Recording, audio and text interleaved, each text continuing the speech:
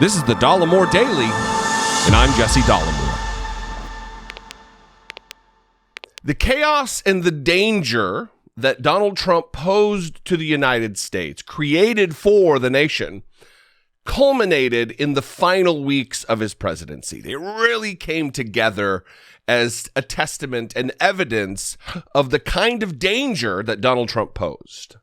The kind of unique, authoritarian, fascist jerk-off that he was.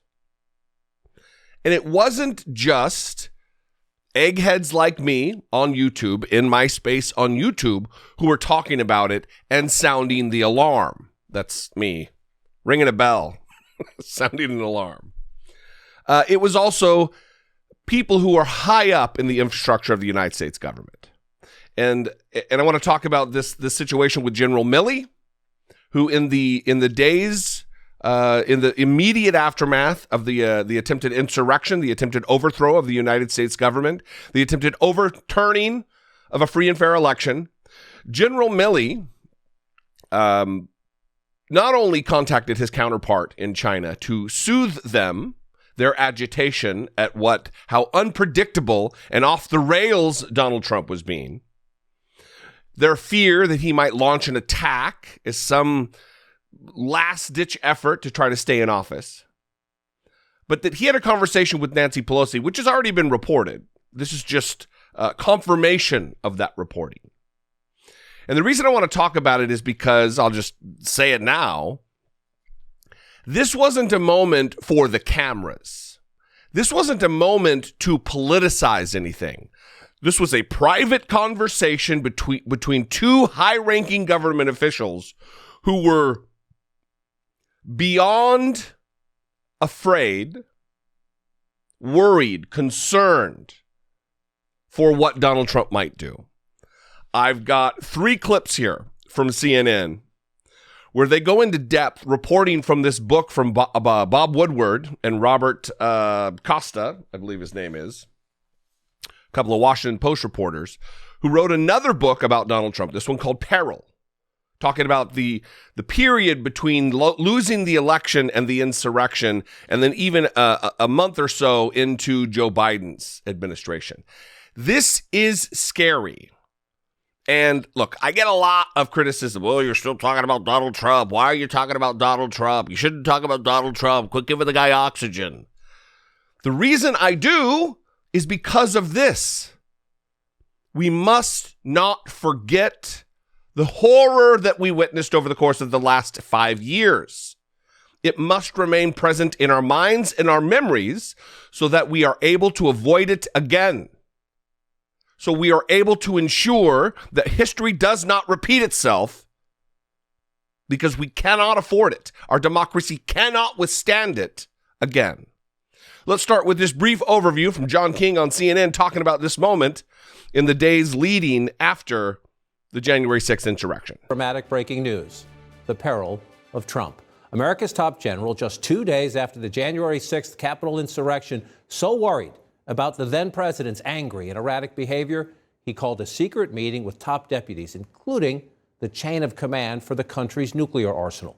General Mark Milley's message at that meeting: no one was to act on any orders for military strikes, even from the president, unless Milley, the chairman of the Joint Chiefs, was personally involved in the sign-off as called for by Pentagon protocols. Details of that extraordinary top-secret Pentagon meeting among the many startling new revelations about the final days of the Trump presidency in Peril, the brand new book by the legendary Washington Post journalist Bob Woodward and his colleague at the Post, Robert Costa. Our CNN special correspondent, Jamie Gangel, obtained an early copy of this book, and she is with us now. Wow. John, Woodward and Costa, as you say, report that General Mark Milley took top secret action to limit President Trump's ability to make a military strike or to use nuclear weapons. Let me just set the stage from the book. According to Woodward and Costa, on January 8th, Milley is deeply shaken from the assault on the Capitol on the 6th. He believes Trump, to your point, is unstable, unpredictable, and Woodward and Costa write, Milley believes that Trump is in serious mental decline. Serious mental decline. This is unprecedented action on the part of the chairman of the Joint Chiefs of Staff. Now, Republicans are going to be crying foul, calling for resignations, that this was treason. This was not treason. This is ensuring that the stated protocols and procedures that are within the Pentagon are followed. Because Donald Trump did try some runarounds, some workarounds, tried to withdraw troops without alerting the chairman of the Joint Chiefs, his own national security advisor, and the Secretary of Defense. This is so egregious. And Republicans, again, are going to be calling for investigations. They're going to be calling for resignations because they think it's a problem of a betrayal against Donald Trump, not that Donald Trump's mental state was so erratic and dangerous that it was a problem, that a lifelong public servant like Mark Milley would need to do what he did in order to safeguard the United States. That is the problem. But Republicans aren't going to talk about that. It's just like in the Trump administration, they were worried about the leaks, not the dangerous information that was leaked. I have had criticisms for Mark Milley when Mark Milley made the march across from the White House to St. John's Episcopal Church. You know, it's not my Bible, but it's a Bible. That moment. Mark Milley was a part of that. And I roundly criticized him. I said he should have resigned because he was playing too close with the politics of it. In retrospect, maybe I was wrong. Maybe the fact that he stayed was a safeguard. He was a guardrail for the nation to keep us on track and not into another war as an effort to keep Donald Trump in office. Watch this next clip. Unbelievable stuff. Same day, January 8th, Milley gets a call from Speaker of the House, Nancy Pelosi. We've heard about this call, but Woodward and Costa got an exclusive transcript of the call. Pelosi has the same concerns that Milley does. The phone call is dramatic, it is blunt, and Pelosi wants Milley to reassure her that the nuclear weapons are safe. And this is the exchange. Pelosi, who knows what he might do? He's crazy. You know he's crazy. He's been crazy for a long time.